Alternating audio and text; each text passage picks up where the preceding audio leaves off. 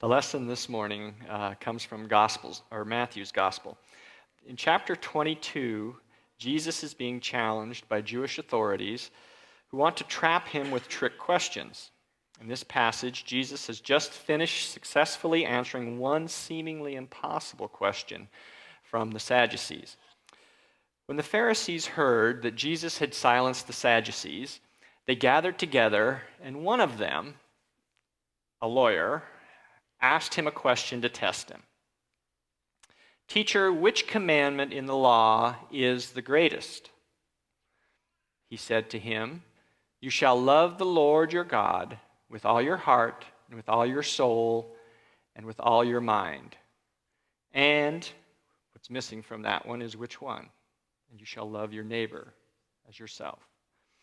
On these two commandments hang all the law and the prophets." Here ends the lesson from Matthew. Little Orphan Annie. Ring a bell? Little Orphan Annie was a very popular comic strip back before the war, back in the middle of the last century, before a lot of you were even born. Little Orphan Annie was created by Harold Gray, 1924. It was generated by a poem from James Whitcomb Riley. The 1920s were a time of corruption, crime, mob, gangsters, county poorhouses, depressing orphanages. Little Annie, 10 or 11, 12 years old, she escapes from the orphanage, wanders the streets of the big city. She encounters a dog, a shaggy dog. She names him Sandy. And as they wander the streets, they come to a wealthy mansion. They go in, and they are safely secured there by Daddy Warbucks. Does that ring a bell to anybody? Remember Daddy Warbucks? Multi-billionaire widower. Daddy Warbucks spends his time and energy fighting against crime and the evil of the day. Frequently, he gets himself in difficult straits. He has a bodyguard, a giant turbaned Indian named Punjab. And he has a chauffeur, a protector, Mr. Asp. Daddy Warbucks, when he gets in these terrible, difficult straits, gets counsel and help from a white-bearded old gentleman who always shows up from somewhere when Daddy Warbucks is in time of need. Daddy Warbucks tells Annie that this old gentleman, nobody knows how old he is. He's ageless, maybe millions of years old. His name is Mr. Am. Mr. Am. Mr. Am always seems to know exactly what to say, how to get Daddy Warbucks and Annie out of their mess, straighten them out. Mr. Am. Where did Harold Gray get the idea for Mr. Am? And where did he come up with the name Mr. Am? Way back in the beginning of recorded history, mankind had deserted God. The world was totally evil. God searched the world to find just one person, somebody, who would follow him. He found that person in Abram. Abram promised to serve God, to believe in him. And God said to Abraham, "If you will follow me, I will make of your descendants a great people. They will be my ambassadors, my priests to the world."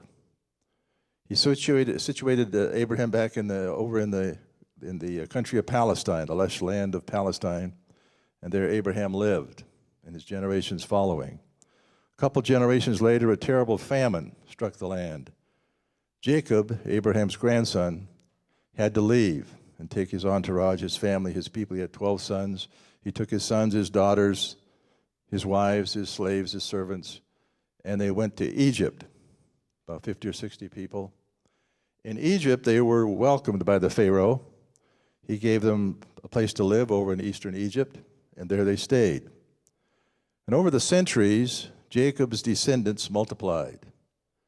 And within 4 or 5 centuries, there were over 500,000 of Jacob's descendants, the Hebrews, the Israelites, living in eastern Egypt. By then, the Pharaoh that had welcomed Jacob was gone, and the Egyptians began to fear the Israelites. They were different. Now, they had picked up a lot of pagan practices, but they worshiped a different God.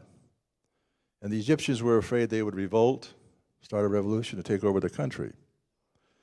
To prevent that, they enslaved the Hebrews. All of the Hebrews became slaves of the Egyptians, except for one.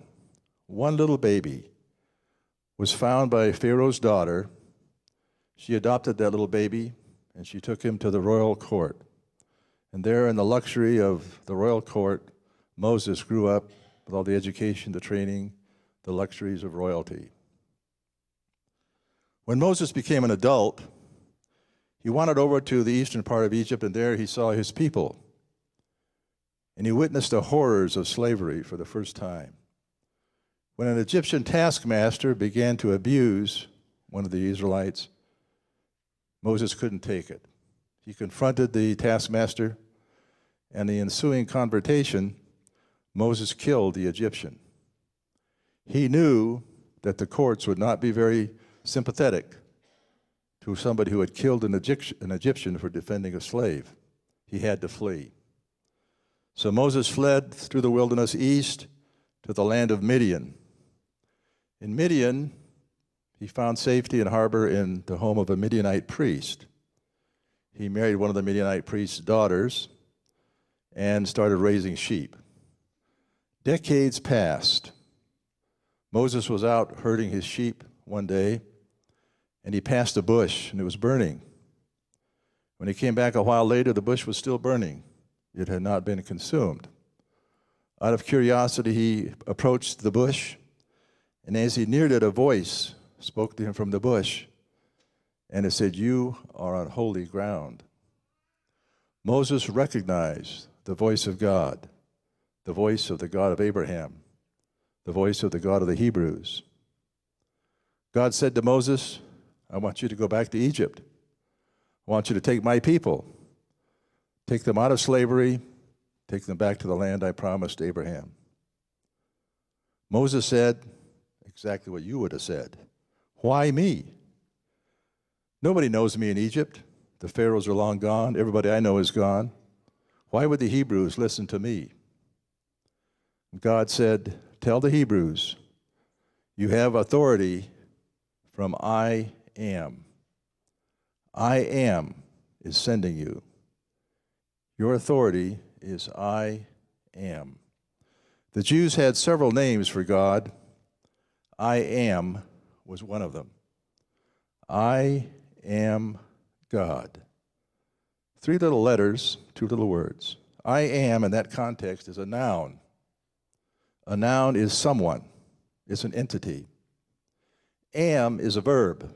It's a verb of being, a verb of existence, a verb of living. I am God. I am someone. I exist. I'm a living God. I'm a living spirit. I'm not a hunk of stone. I'm not a carved piece of wood in some temple. I am God. I am everywhere. I am a sovereign God. A few years later, Moses met God on a mountaintop. God said to Moses, "I am God. I am a jealous God. Worship me and only me. Keep my commandments." Over the centuries, the Jews failed to keep their part of the covenant. And so God came to earth in the form of a human being, in the form of Jesus, his son. Jesus was approached by a young attorney who said, "What is the greatest commandment? How do we serve you?" And Jesus said, "Everyone, anyone who believes in me, not just the Jews, everyone can have eternal life. Everyone can be saved. They must keep my commandments." And what are the commandments? What is the greatest commandment? Jesus said there are 2, the most important commandments, the only commandments really. Love God, love your neighbor. Love me, for I am God. Care for others. Care for all those whom I have created. The highest form of love is worship. Worship me, Jesus said. Worship God. Well, how do we worship? How do we worship? What is worship? We worship God collectively as we're doing right now. We worship God in fellowship with each other. As we worship God, as we offer praise and adoration to God, we also strengthen our own faith. We encourage ourselves in our journey as we worship together. There is value in the community. There is strength in unity. There's a place for the church in the worship of God. There's a place for regular attendance at church, for consistently gathering together. John Wesley realized the importance of that, and he established a class meeting. Every week, all the Methodists would get together to share their testimony, to worship together, and in so doing, to strengthen their faith as they journeyed with God. Regular worship, regular attendance, the value of the church, the community. My great-grandfather was a pioneer homesteader in northeastern Iowa back in the 1800s. People from the village church came up to him one day and said, "Do you go to church?" He said, "You bet I do." "Well, do you go to church regularly?" "I am very regular. I go every Christmas and I go every Easter." Regular attendance. A little better than that, we hope. But joining together, we fellowship and we strengthen our faith. We also worship God individually. We worship God privately. We get alone with God. Jesus often went off alone to pray. We spend time with God in prayer, in meditation, in study of His Word. We listen. God speaks to us as we meditate, as we pray. Martin Luther, the great Protestant reformer, was a professor at the University of Edinburgh in Germany. Every morning when he went to church, went to his office, he would spend 1 hour in prayer. One morning he came to his office and the secretary said, "You have a very busy schedule today. You've got people waiting. You've got major decisions to make." Martin Luther said, "Well, in that case, I will spend 2 hours in prayer." We need to commune with God. We need to communicate with God. And God answers our prayers. Not always in the way we expect, not always when we expect, sometimes sooner, sometimes later. The chairman of the church board was late for a meeting, so as he pulled into the parking lot, much to his consternation, all the parking spaces were filled. He breathed a quick prayer, "Lord, please, help me to find a parking space so I can get to the meeting on time." Just then, a car pulled out of a space right in front of him. "Forget it, Lord. I just found one all by myself." God surprises us sometimes with His answers to prayer. We worship God collectively. We worship God privately. We worship God in our giving. We give of our time. We give of our energy. We give of our resources, our money. We give willingly. We give joyously. We give generously. A few years ago, there was a church just like ours. They needed to replace the roof. The roof had been repaired so often it was beyond repair. They had to get a new roof. The roof would cost $50,000. They didn't have $50,000. They didn't have $50,000 in the operating budget. They didn't have $50,000 in the building fund. Like most churches, they had no contingency fund. So they decided to take pledges. On Pledge Sunday, the church organist was sick. So they had to get a substitute organist. She didn't go to their church. In fact, she didn't go to any church. She was the organist for the local baseball team. The pastor explained to her what he's going to do. He said, I'm going to tell the congregation about this problem. When I asked the ushers to come forward to the pledge cards, would you play something appropriate on the organ? Sure, I'll do that. Okay. So he explained the problem, the need for a new roof, $50,000. Now he said, as the ushers come forward with the pledge cards, if you're willing to make a pledge, would you please stand up? At that moment, the organist began to play the Star-Spangled Banner. It was the biggest offering in the history of the church. They paid for the roof, they bought a new organ, covered the operating budget for the next year and a half, and sent 2 missionaries to Guatemala. Collectively, individually, giving. But there's another part to that great commandment. Love God, worship me, for I am God. And, he didn't say or, he said and, love your neighbor. Care for others. Care for the hungry. Care for the needy. Care for the poor. Care for those who are rejected, those who are different. Care for them as you care for them, you are caring for me. Love God. Care for others. There are a lot of people that care for others, but they don't love God. There are a lot of people who claim to worship God. They don't really care about anybody else. As followers of Christ, we are to love God, worship Him. We are to care for others, care for those in need.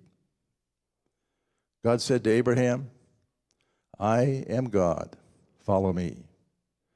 God said to Jacob, I am God, follow me. God said to Moses, keep my commandments. I am a jealous God, follow me. Jesus said to the young attorney, love God, love your neighbor, follow me. And today, Jesus says to us, worship me, serve me, care for others, follow me.